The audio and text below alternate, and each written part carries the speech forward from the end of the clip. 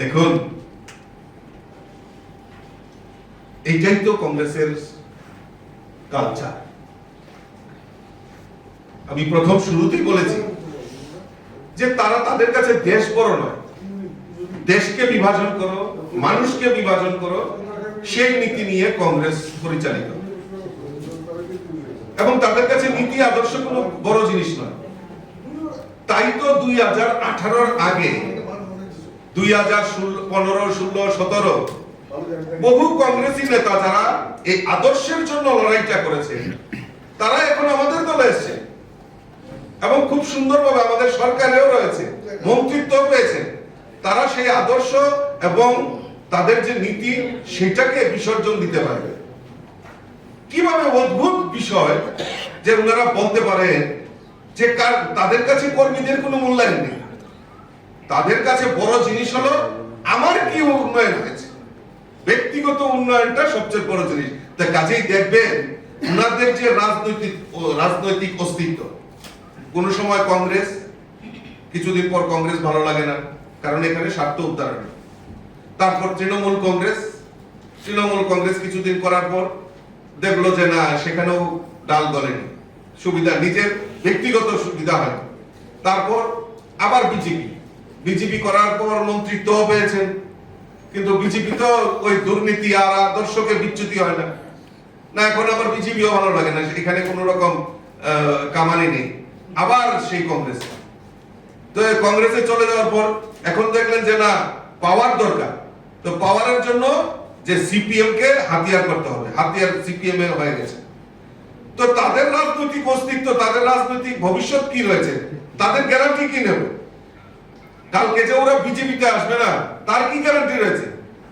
তারাও আসতে পারে, বিজেপিতে আসতে পারে, তো তাদের কোনো গ্যারান্টি নেই।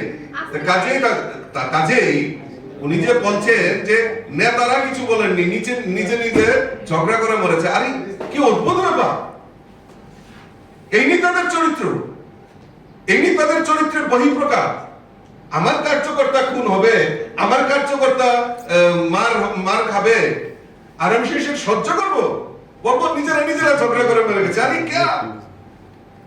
কি চিন্তা ভাবনা করে? কাজে এইসব নেতাদের বলেছিল 2023-এ বিজেপিকে সিঙ্গেল ডিজিট বানিয়ে দেবে, আর মানুষ এরকম, ত্রিপুরা রাজ্যের মানুষ এরকম করেছে, তাদেরকে সিঙ্গেল ডিজিট বানিয়ে আজকে ঘরে বসিয়ে দিয়েছে।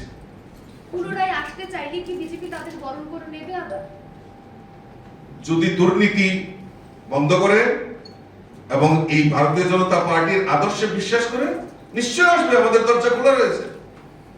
সুদীপবাবু প্রকাশ্য সভামঞ্চে একটা অভিযোগ করেছেন, যারা এই সন্ত্রাস করেছিল তখন সময়ে, তারা বর্তমানে নাকি বিজেপি দলে রয়েছে। ওনাকে বলুন না নাম বলতে, ওনাকে বলুন নাম বলতে। বিজেপি সন্ত্রাসে বিশ্বাস করে না, তার প্রমাণ রয়েছে। 2023-এর বিধানসভা নির্বাচন, আপনারাই তো প্রেস মিডিয়া, আপনারাই তো কভার করেন, সমাজের প্রতিবিম্ব আপনারা, সমাজের কাছে আপনারা সমস্ত বার্তা পৌঁছে দেন। আপনারা বলুন তো যে 2023-এর বিধানসভা নির্বাচন একটাও রাজনৈতিক খুন, রাজনৈতিক সন্ত্রাস হয়েছে কিনা? এবং নির্বাচনের পরেও এই ত্রিপুরা রাজ্যে কোন জায়গায় রাজনৈতিক সন্ত্রাস কোন জায়গায় হয়নি, এখন পর্যন্ত না, টিল না। ভারতীয় জনতা পার্টি সন্ত্রাসে বিশ্বাস করে না, এবং যদি সন্ত্রাসী আসেও, ভারতীয় জনতা পার্টি এমন জিনিস যে সমস্ত কিছু ভুলে, দুর্নীতি, সন্ত্রাস সমস্ত কিছু ভুলে ভারতীয় জনতা পার্টিতে সামিল হয়, আর মূল একটাই লক্ষ্য থাকে, মানুষের জন্য কাজ করে। নমস্কার, ধন্যবাদ।